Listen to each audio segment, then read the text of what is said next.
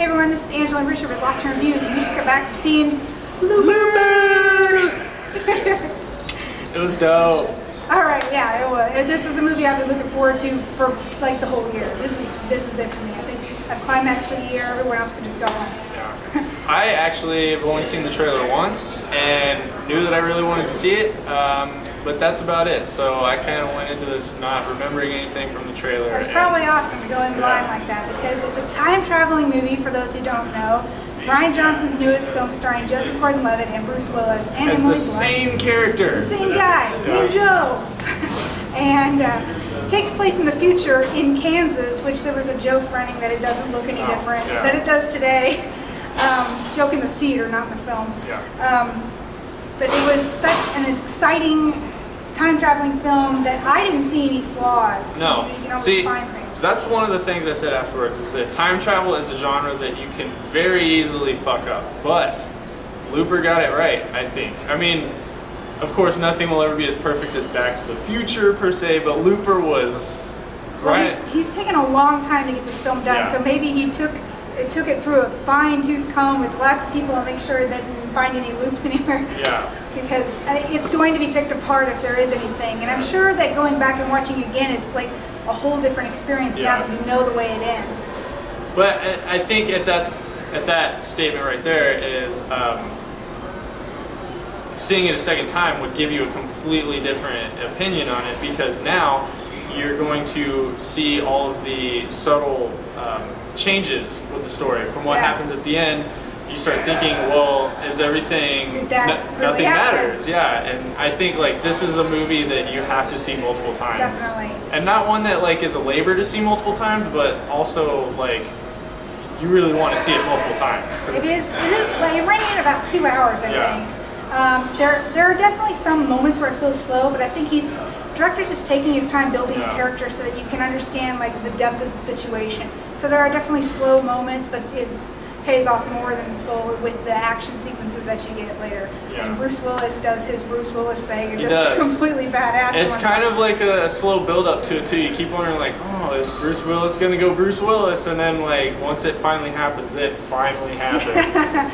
I feel like we're not actually talking about the movie at all, but I don't want to ruin anything for it anymore. There's a lot of stuff to ruin in this film. Is. But I guess we could mention how flawless Joseph Gordon-Levitt handled Bruce Willis. Yeah, he must have studied like every one of his movies growing up. Because, well, they had the prosthetics on his face to make him look like him. When the contacts said that they had the same eye color, but he had just these quirks in his face. Yeah, like his facial eyes, tics were flawless. And his voice sounded just like Bruce Willis. It was freaky. It comes down to a scene at one point about midway through the film where they're face to face, and it's weird watching these two basically talking to a mirror almost. It was insane. And I know what you're talking about. You sit there and you're staring back and forth at them and you're going, look, they have the same scar, and look, they have the same like cheekbones and nose and everything. It was they put so much detail into that. It made the movie. It was really cool, and I almost want to say that the makeup on Joseph Gordon-Levitt was good enough to possibly get like an Oscar nomination, because he really looked just like Bruce Willis. Yeah, and he was touching his face too. He would like pull sweat off his eyes at times, and you know he has like a prosthetic to make his nose look more like Bruce Willis. But nothing moved, everything looked real, everything was sweating. It was supposed to sweat. I mean, it was down to the tiniest detail you could think of. Now, other people in the movie that were really great, Emily Blunt plays kind of a farm girl with a bad attitude. Probably the first time I've ever heard her with a Midwestern accent, and it was kind of weird, but it was cool. I think I've seen her in one other where she did an English or a non-English accent, I guess. And it is weird because you know her with such, that British accent or whatever. Yeah. She was well. She was very good. Her son in the movie. Her son is amazing. This is like a little 5-year-old boy, and I can't remember what his real name was now, but doesn't matter. You're probably going to see him in every horror film down the line. Yeah. He's got the most penetrating eyes that will stare through your soul, even in the film. And he just has like the quickest little lines, but he pulls them off like he's like an old man inside of himself. Yeah, the first time his character ever talks, I remember thinking, holy crap, like how long did they sit with a speech person for this character? Because this kid was just talking like an adult, and the way that his character kind of unravels is really cool.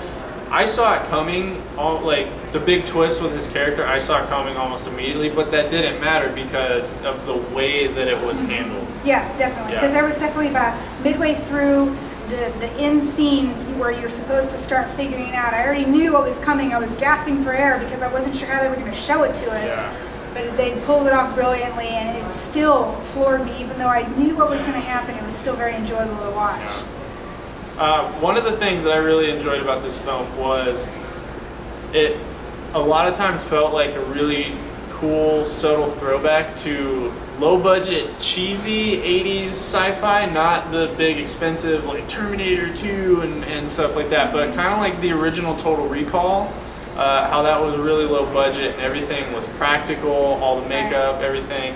And then at times, like, it also reminded me a lot of J.J. Abrams. I got a lot of vibes from Star Trek before they went into space. The lights through the windows, and I could see that definitely. Lots of J.J. Abrams. Steven Spielberg thing, really, originally. Yeah.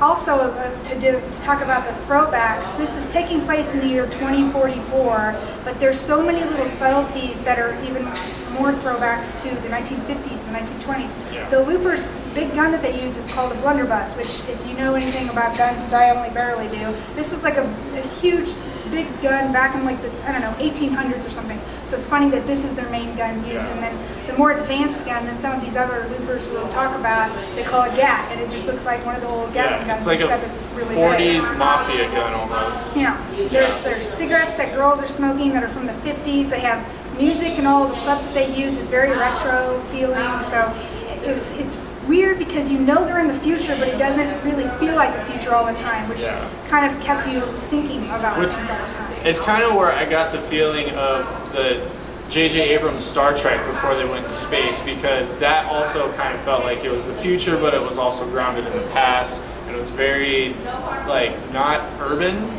It was, I don't know, it was really cool, and the whole vibe of the movie and the cinematography and the production design was really, it was cool because, I mean, a lot of it was CGI, but at the same time it was done in a way that kind of made it seem very practical.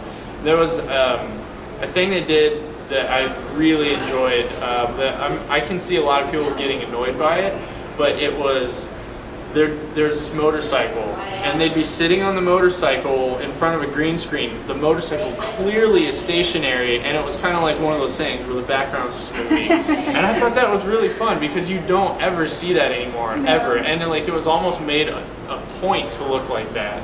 But he makes up for it. It's not like the whole film is shot really cheesy, because there are these scenes later where things are exploding, they're floating in the air, flying to the ceiling, there's blood everywhere. It's done so beautifully. It's like, it reminded me of Inception at points. Yeah, that's a good thing. I was trying to think of what that reminded me of, and it definitely, it's Inception. Yeah. Which also had Joseph Gordon-Levitt, so he's doing great picking these movies. He's my boy. Yeah. He did great. I loved it. I'm gonna go see it again for sure. Oh yeah, for sure. I recommend everyone see it at least twice. You can really, because once you see the end, you want to go back and see, like we were saying. Because there's a lot of loops within the film, and so once you get to the final climax, you start having to reassess the previous loops that you saw, and with one character experiencing one thing leading to another thing that leads to another thing that all led to this thing, which kind of makes all of these things not important. So it's one of those movies, and it's awesome, and I loved it because I'm a sucker for time travel. Oh yeah, me too. Yeah. And I'm a sucker for Joseph Gordon-Levitt. Yes, very much. Know this. Yes, please watch this, GGL. We love you. Okay. Obviously, I think I'm giving it 5 out of 5. Oh yeah, 5 out of 5 for sure. No flaws that we could note. Maybe on a second time. Maybe we should do a review when we see it a second time. But we'll let you know. Until then, thanks for watching, and go see Looper. Go see Looper.